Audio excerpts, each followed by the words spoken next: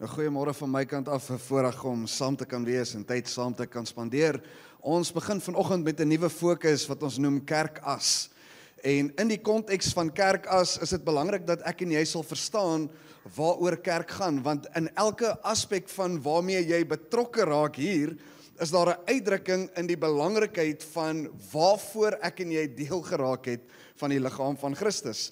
En die kerk is eintlik 'n uitbeelding van twee pertinente beelde wat die Here gebruik. Die een is liggaam, die ander een is bruid. En al twee konsepte is krities belangrik. Ek het so tyd terug toe vra ek myself, maar hoekom is al twee nodig? Hoekom het ons nodig om al twee te verstaan? Hoekom is dit nie net bruid nie? Want die bruid het tog 'n liggaam. Sonder 'n liggaam is daar nie 'n bruid nie, dan is daar tog niks nie. Hoekom is daar nie net een gesprek om te voer nie, een verduideliking om van deel te raak nie? Hoekom is al twee nodig? En ek dink in hierdie volgende 2 weke gaan ons bietjie stil staan net by die twee terme en agterkom net wat die doel en die nut is van elkeen van daai. En ek wil vanoggend spesifiek met jou praat oor kerk as liggaam. Nou, omtrent 80 keer word die woord kerk of gemeente gebruik in die Nuwe Testament en hy gebruik die woord ecclesia. En dit beteken die volgende. Hy sê a gathering of citizens called out from their homes into some public space, an assembly of people convened at the public place of the council for the purpose of deliberating, an assembly of Christians gathered for worship in a religious meeting. Jy kan duidelik agterkom dat wanneer die Nuwe Testament praat oor kerk, dan praat hy nie oor 'n gebou nie, maar hy praat oor 'n samekoms van gelowiges. Hy praat oor die versameling van mense wat bymekaar kom en sê, hier is ons vir dieselfde doel besig om Christus te aanbid, om deel te raak van die beweging van dit wat hy doen. En is baie duidelik dat hy nie praat van 'n individu nie. En ek gaan ook nou op iemand se toon trap vanoggend, en as ek dit doen, vra ek by voorbaat om verskoning. Maar jy hoor baie maklik die gesprek van mense wat 'n verdediging gee, wat nie deel is van 'n kerk, of deel is van 'n gemeente nie, en sê, maar kerk is nie 'n gebou nie, 100% reg, ek is die kerk. Ek as individu is die kerk. Jy's halfpad reg. Jy as individu is deel van die kerk, maar op jou eie is die definisie nooit kerk nie. Die definisie van kerk is die samekoms van gelowiges. En ek en jy het nodig om dit te verstaan. Ons het nodig om te verstaan dat daar 'n onus op dit wat die Here gee binne in hierdie samekoms, wat ek en jy nie moet uitmis nie. As individu is jy deel van die kerk. As gelowiges wat saamkom, is ons die kerk. En ons kan enige plek by mekaar kom. Ons hoef nie hier in 'n gebou by mekaar te kom. Ja, ons kan enige plek by mekaar kom. Dis die samekoms van gelowiges. Dis die Bybelse definisie wat hy vir ons gee. En vandag zoom ons in net op daai kerkdeel as 'n liggaam. En dit is my incredible dat wanneer ons praat oor kerk as liggaam, en wanneer ons net praat oor 'n liggaam per se, 'n liggaam is kompleks aan mekaar gesit. It's amazing hoe die Here die mens gevorm het. En elke detail van dit werk. Dis so kompleks en tog so eenvoudig, dat ek en jy nie eers hoef te dink hoe hy werk nie, hy doen dit net. Dis so kompleks aan mekaar gesit, dat dit nie eers altyd verduidelikbaar is nie. Ons het wetenskap nodig om vir party van die funksies van 'n liggaam vir ons te verduidelik. Ons het medisien nodig om ons te help, en dokters nodig om verduidelikings te gee oor wat in die liggaam aan die gang is. Maar dit is tog so eenvoudig dat ek elke dag net opstaan en leef. Ek dink nie aan asemhaal nie. Ek dink nie die hart moet bloed pomp na al die omgewings toe waar hy moet wees nie. Ek dink nie ek moet my oog fokus as ek rondkyk en na 'n omgewing kyk nie. Ek kyk na iets en ek kan fokus op dit en ek kan dit sien en ek kan dit inneem. Daar's nie 'n ding van ek hoef te dink oor hoe die liggaam funksioneer nie, maar hy's tog so kompleks. En die oomblik wanneer ons dink aan die kerk as 'n liggaam, moet ek en jy besef dis kompleks en eenvoudig.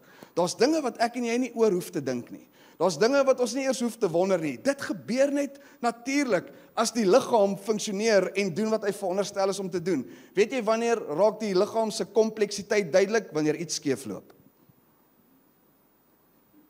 Nee? Dit gaan goed met jou.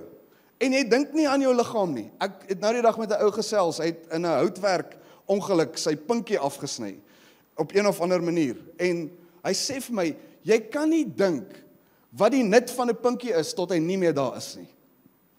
Want ek dink nie oor, my pinkie het nou 'n belangrike deel vandag gedoen. Jo, my pinkie het daarom sy bydrae gelewer in die liggaam vandag. Ek is so dankbaar vir my pinkie nie. Ek doen nie dit nie, want ek dink nie noodwendig aan elke deel en wat se bydrae dit doen nie, tot hy nie meer daar is nie. En in die liggaam van Christus is dit ongelukkig baie keer ons realiteit ook. Ons kyk na die liggaam en sê, o, hy funksioneer goed en dit gaan goed. En ons is dankbaar vir dit wat die Here mee besig is, tot iets nie werk nie, en dan begin ons vra. En die groot ding met 'n liggaam is, dis net 'n liggaam as dit lewe. Jy kry 'n dooie liggaam, verseker, maar 'n dooie liggaam vergaan. Hy kan nie bly nie, hy kan nie bestand hê nie, hy kan nie in stand gehou word nie, alwel, tensy hom mummifiseer, maar dit is 'n gesprek vir 'n hele ander keer. Ek verdwaal al klaar. 'n liggaam is net 'n liggaam as hy lewe. En dit is presies dieselfde in die liggaam van Christus. Ek en jy kan net praat oor 'n liggaam wanneer dit lewe, en daarom het ons nodig om te weet wat dit beteken en wat hom lewe gee. En ons gaan oor 3 beginsels gesels vanoggend. En dan gaan ons by 'n stuk bediening uitkom, iets wat die Here in my hart losgemaak het vir vanoggend. Die eerste een is eenvoudig, die maklikste een om te verstaan, die maklikste een om te oorgesels.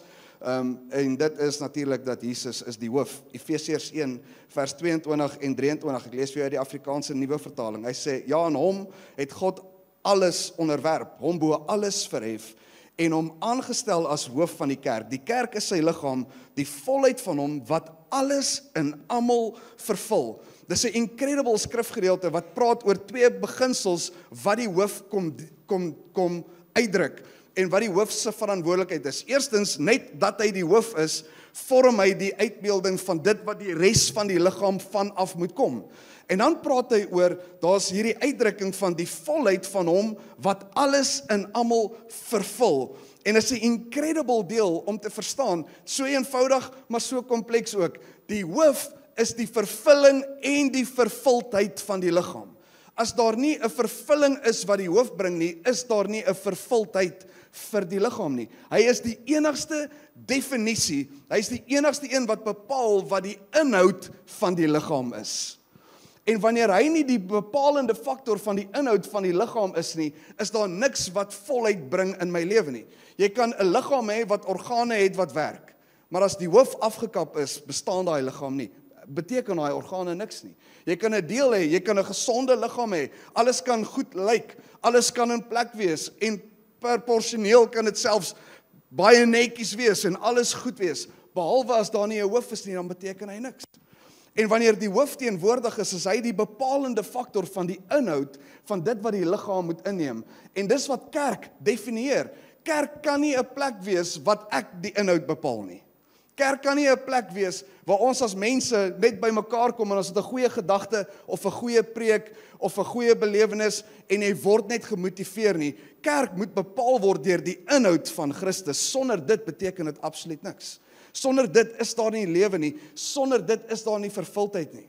En of jy 'n selleier is in hierdie gemeente, of jy 'n kidsleier is, of jy 'n manneleier is, of jy waar ook al betrokke is, of jy net mense by die deur groet, elke aspek van dit moet bepaal word deur die inhoud van dit wat Christus in ons lewens losmaak. Sonder dit verdwaal ons, sonder dit het ons nie rigting nie, sonder dit verstaan ons nie waaroor elke element gaan nie. En nou praat hy oor groei tot volwassenheid. En dan kom Efesiërs 4 en hy verduidelik die volgende in Efesiërs 4 vers 15 tot 16.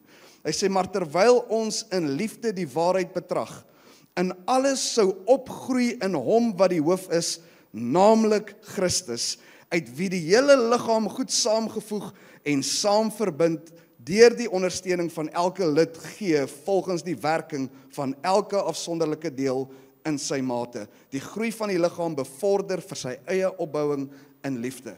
Nou hoor gou hoe definieer hy hierdie oomblik. Terwyl ons die liefde in waarheid betrag, in alles opgroei in hom wat die hoof is.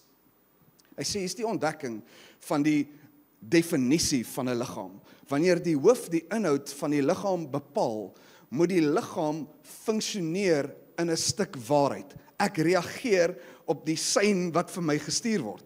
Die oomblik wanneer 'n orgaan of 'n spier of 'n ding nie reageer op die sein wat die brein vir hom stuur om te doen nie, dan is daar 'n wanfunksionering in die liggaam. Dan is daar skielik 'n gebrek.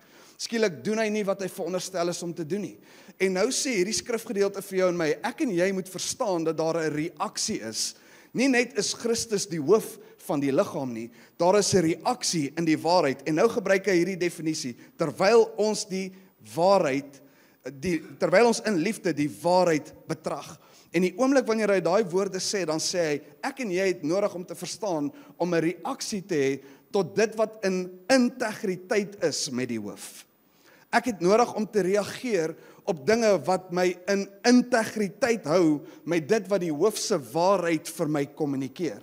En elke keer moet ek dit filter deur hierdie ding. Is ek binne in die integriteit van dit wat deur die kanale kom, van dit wat ek nodig het om te groei, van dit wat ek nodig het om te lewe, is ek in lyn met dit? En nou sê hy, die inhoud van dit is nie net 'n waarheid nie, maar dit is 'n liefde konsep wat saam met dit gaan. Hy sê eintlik vir jou en my, dat in daai prentjie van die ontdekking van dit wat in my lewe standvastigheid bring, is daar 'n ontdekking van liefde en waarheid. Liefde sonder waarheid is leeg.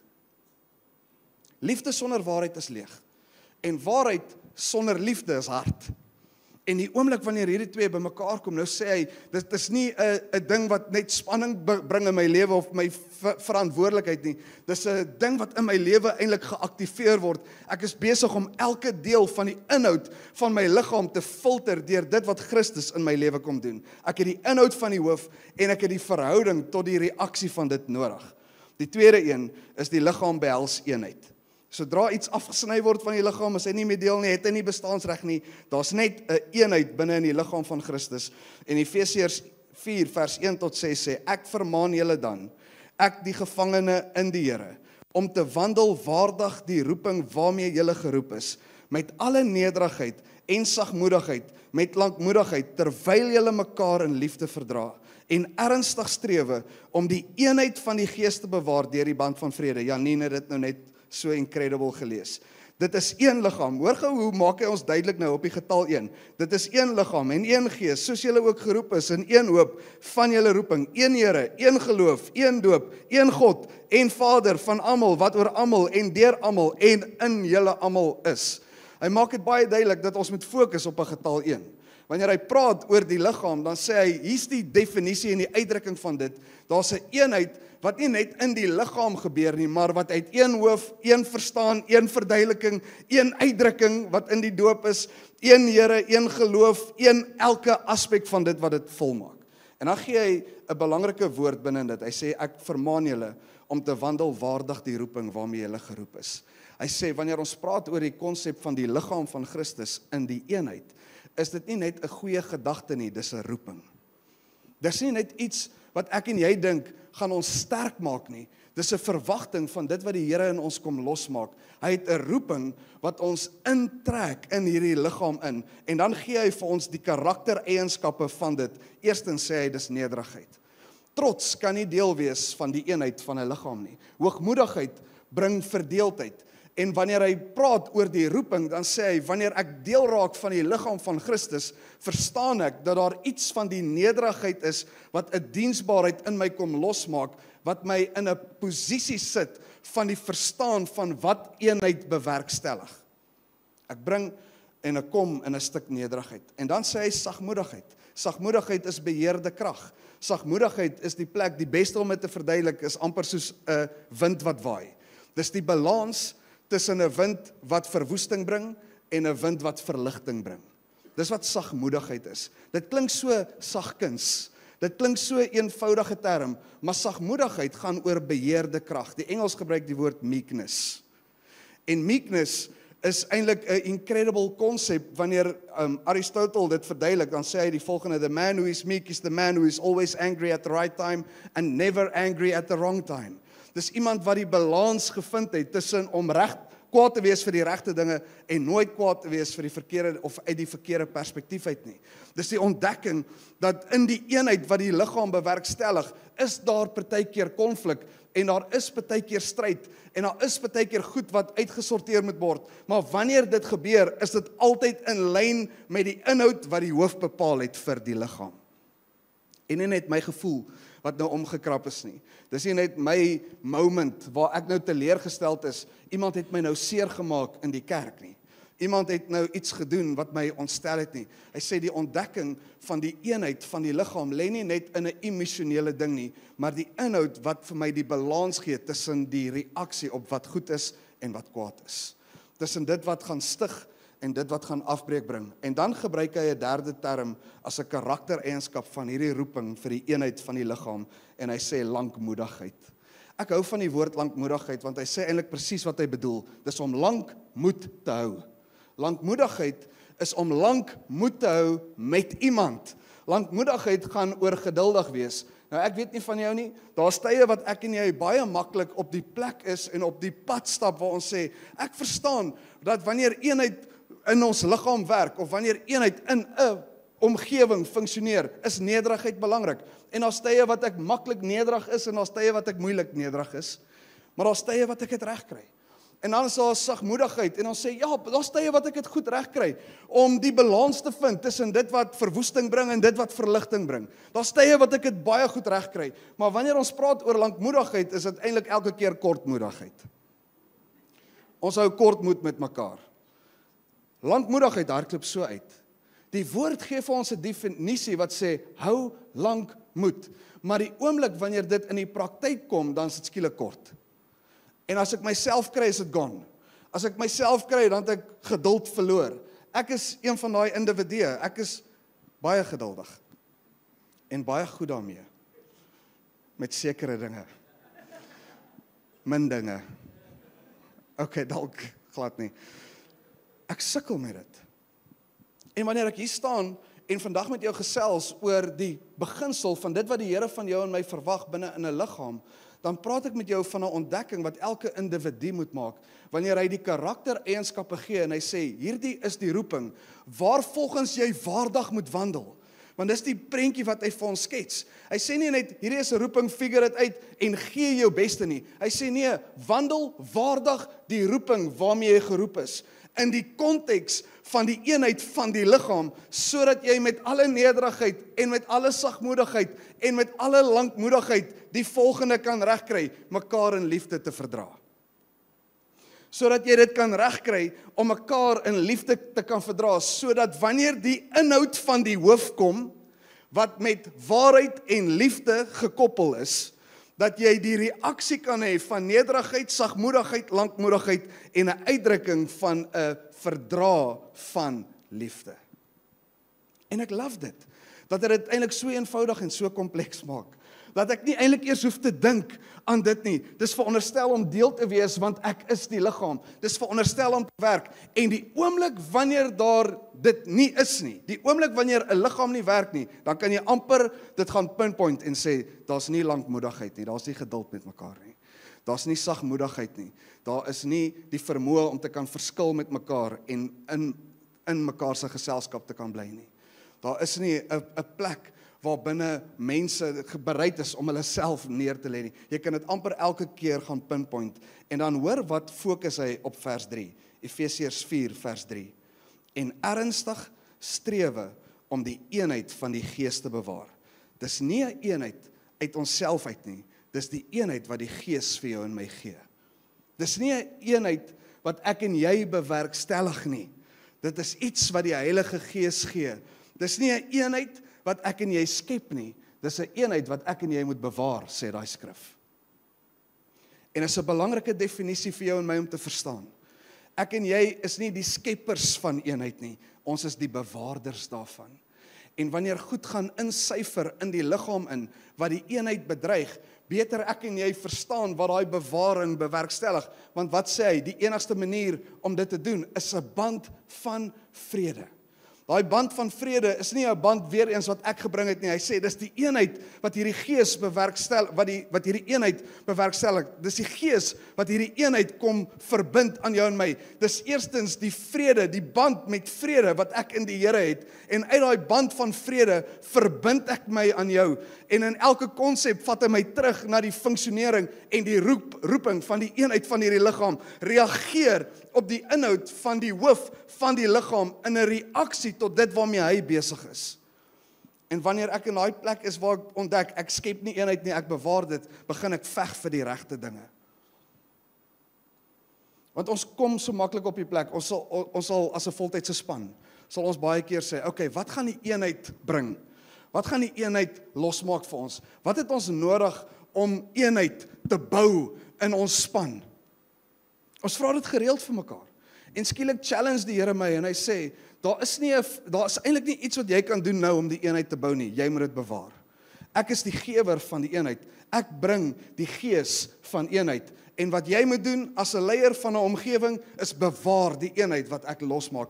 Bring die verstaan van die band van vrede wat ek met jou sluit en bring die karaktereienskappe van die roeping wat ek oor jou lewe het na hierdie omgewing toe. Daar's net een bewerkstelliger van eenheid. 1 Korintiërs 12 sê die volgende in vers 12. Hy sê, want net soos die liggaam een is en baie lede het en al die lede van die een liggaam, al is hulle baie, een liggaam is, so ook Christus. Want ons almal ook deur een gees gedoop tot een liggaam, of ons Jode is, of Grieke is, slawe of vrymanne, en ons is almal van een gees deurdronge. Daar's net een bewerker van eenheid, en dis die gees. En wanneer ek en jy in 'n posisie kom, waar binne ons sê, Here, help my om te verstaan, waar vrede bedreig word, sodat ek dit kan bewaar. Dankie Here, dat U ons saamheg, sodat ons in plekke kan wees, waar ons mekaar kan sterk maak in hierdie omgewing, sodat ons die bewaarder is, van dit wat die inhoud is, van dit wat die hoof wil gee. Sonder die band van vrede, sê hy, is dit asof die inhoud nie deel raak van die liggaam nie, en kry ons weer daai proses van waar ons voel, eintlik, ons is in 'n gebrekkige liggaam. Die laaste deel is die liggaam is divers. Die liggaam is 'n eenheid, maar die liggaam is divers. Hy het baie funksies. Romeine 12 vers 4 tot 5 sê, want soos ons in een liggaam baie lede het, en die lede nie almal dieselfde werking het nie, so is ons almal saam een liggaam in Christus, en elkeen afsonderlik lede van mekaar. Ek love daai definisie wat hy gee aan die einde. Hy sê nie net is die liggaam divers nie, elkeen is lede afsonderlik van mekaar.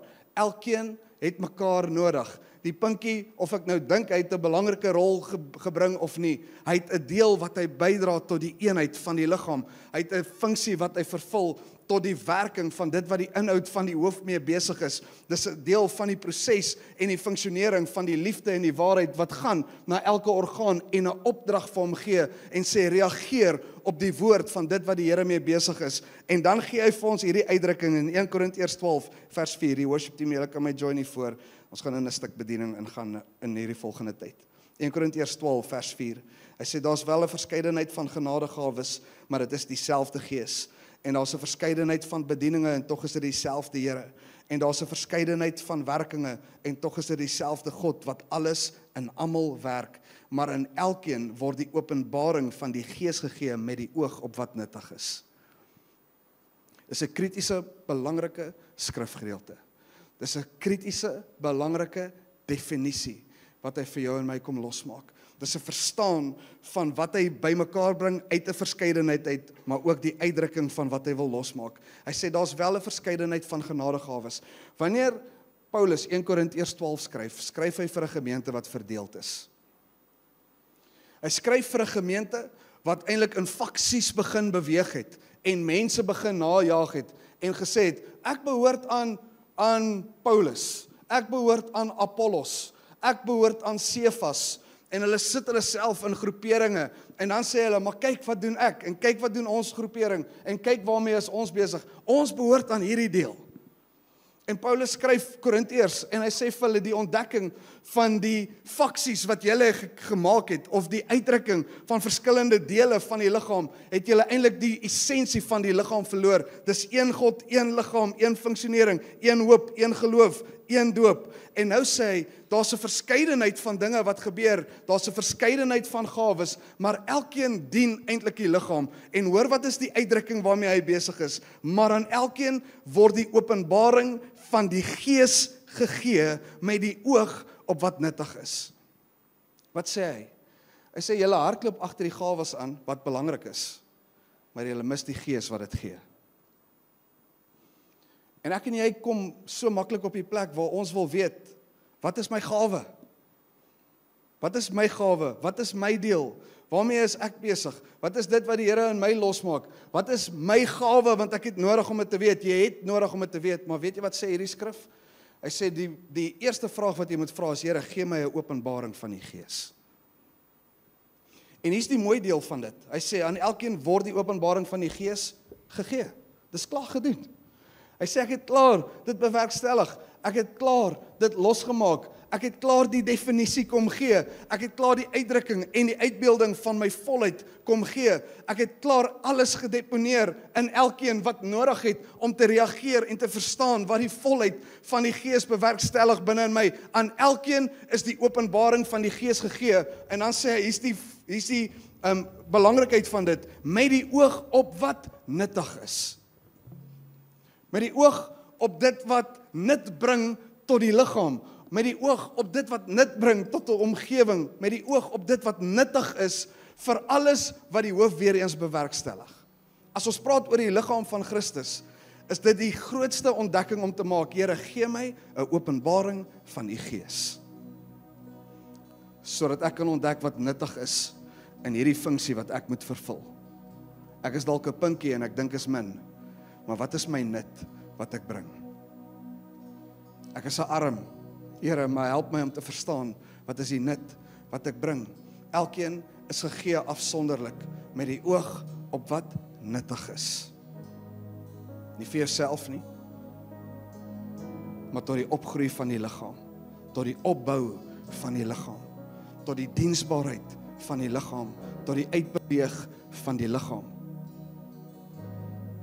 En ek het so beleef hoe die Here my kom challenge met hierdie een gedagte.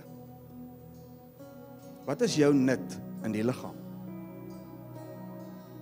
Wat is dit wat jy bring? Wat is dit wat die roeping is wat die Here oor jou lewe gee? Elkeen van ons het presies dieselfde roeping binne in die liggaam. Nederigheid, sagmoedigheid, lankmoedigheid, verdra mekaar in liefde. En dan sê hy, maar in daai funksionering van die roeping, kry elkeen 'n unieke gawe. Wat is jou nut? En voordat ons vra wat die gawe is, voordat ons wil weet, Here, maar wat het u klaar in my gedeponeer? Here, wat het u klaar in my losgemaak? Here, kom openbaar aan my u Gees, wat elke deel kom aktiveer. Kom openbaar aan my u Gees, wat die volheid in my kom losmaak. Kom openbaar aan my u Gees, Here, wat elke deel kom in plek sit het, sodat ek net hoef te reageer uit gehoorsaamheid en in liefde tot die inhoud van dit wat u klaar mee besig is in my lewe. En ek wil jou vra om vir 'n oomblik net jou oë te sluit daar waar jy is.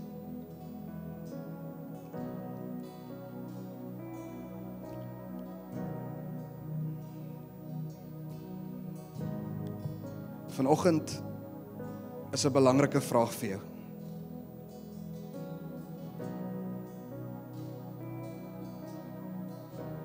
Het jy die openbaring van die Gees? Elkeen het dit klaar gekry. Elkeen het klaar die geleentheid gegee. Dis klaar wat God gemanifesteer het. Maar iewers along the line het ons dalk dit gemis. Iewers along the line het ons besig geraak met ons eie dinge. En as jy vanoggend in hierdie plek is en jy sê vandag, Here, gee vir my weer 'n openbaring van u Gees tot dit wat nuttig is. Geef my 'n openbaring van die Gees op die oog van dit wat u vir my bestem. Gee my 'n openbaring van die Gees, Here, sodat ek 'n uitdrukking het van dit wat u mee besig is. Gee my 'n openbaring van die Gees, Here, om te funksioneer binne in die presiese deel wat u vir my bestem.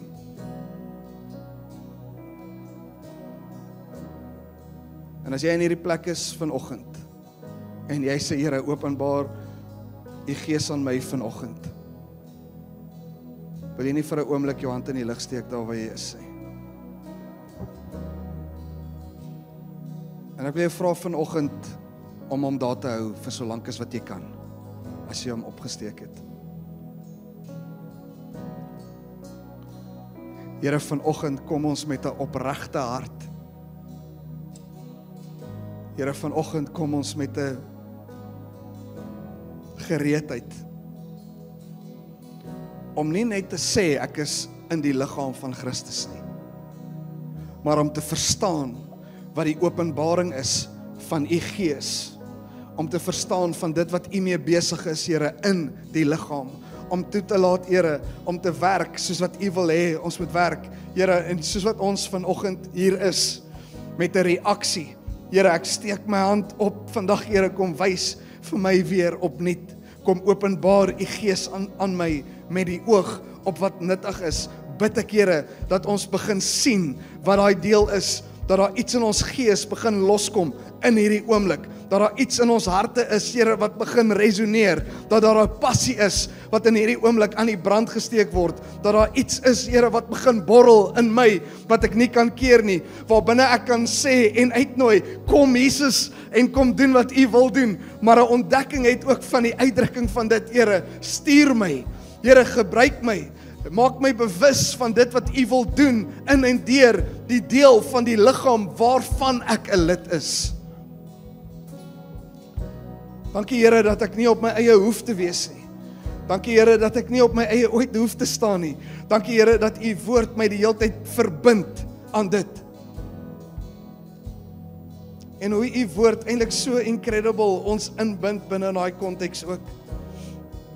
Elke deel goed saamgebind, elke deel goed saam verbind, tot eer en verheerliking van u naam.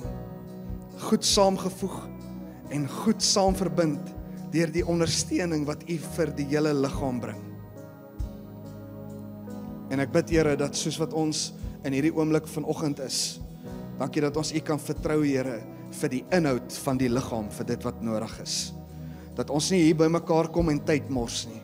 Dat ons nie hier by mekaar kom en mis waarheen die liggaam moet gaan nie, en wat die liggaam veronderstel is om te doen nie. Ons bid, Here, nie net vir 'n openbaring vir 'n oomblik nie. Here, kom wys ons konstant die uitdrukking en die uitbeelding van u Gees en dit wat u mee besig is. Here, stuur hierdie liggaam. Is ons gebed in u naam alleen, Here. Amen en amen. Ek wil jou 'n laaste challenge gee voor ons gaan worship. Aan elkeen is gegee, afsonderlik. Ons gaan in hierdie volgende paar weke gaan ons in ons selgroepe tyd spandeer rondom die gawes van die Gees. Ons gaan elke selleier bemagtig met 'n gawes toets en met die uitdrukking en die fasilitering van dit. En as jy in ons gemeente is en jy is nog nie in 'n selgroep nie, wil ek jou nooi, moenie versuim om dit te doen nie. Raak deel van 'n groepering waarbinne jy kan praat oor hierdie goed en waar jy geaktiveer word in jou gawe. Die vraag is eerste, Here, gee my die openbaring van die Gees. Die vraag is tweede, Here, wat is daai verskeidenheid of daai uniekheid van die gawe wat U in my losmaak? En ek wil jou challenge om uit te kom by 'n groep hierdie week. Vir die volgende 2 weke gaan ons fokus op dit. En al kom jy dalk net vir daai 2 weke, dis 'n begin. Al commit jy net en sê, okay, Here, ek gaan vir 2 weke sal ek 'n groep join. Doen dit. As jy dalk hier sit en jy's 'n selleier wat 'n selgroep gehad het way back when en jy dit laat gaan en jy besluit dalk, miskien is dit nou weer 'n goeie tyd. Miskien is dit 'n geleentheid om dalk net mense bymekaar te trek en jy sê vir 2 weke sal ek commit. Wil ek jou nooi om dit te doen. Stefan is hier voor. Jy kan met hom gesels of jy kan jou naam agter by die infotoonbank gee. Of jy wil deel raak van 'n groep of as jy 'n groepleier wil wees met die oog op wat nuttig is. Ek wil jou vra, staan saam met ons en ons gaan die Here net verheerlik in hierdie oomblik.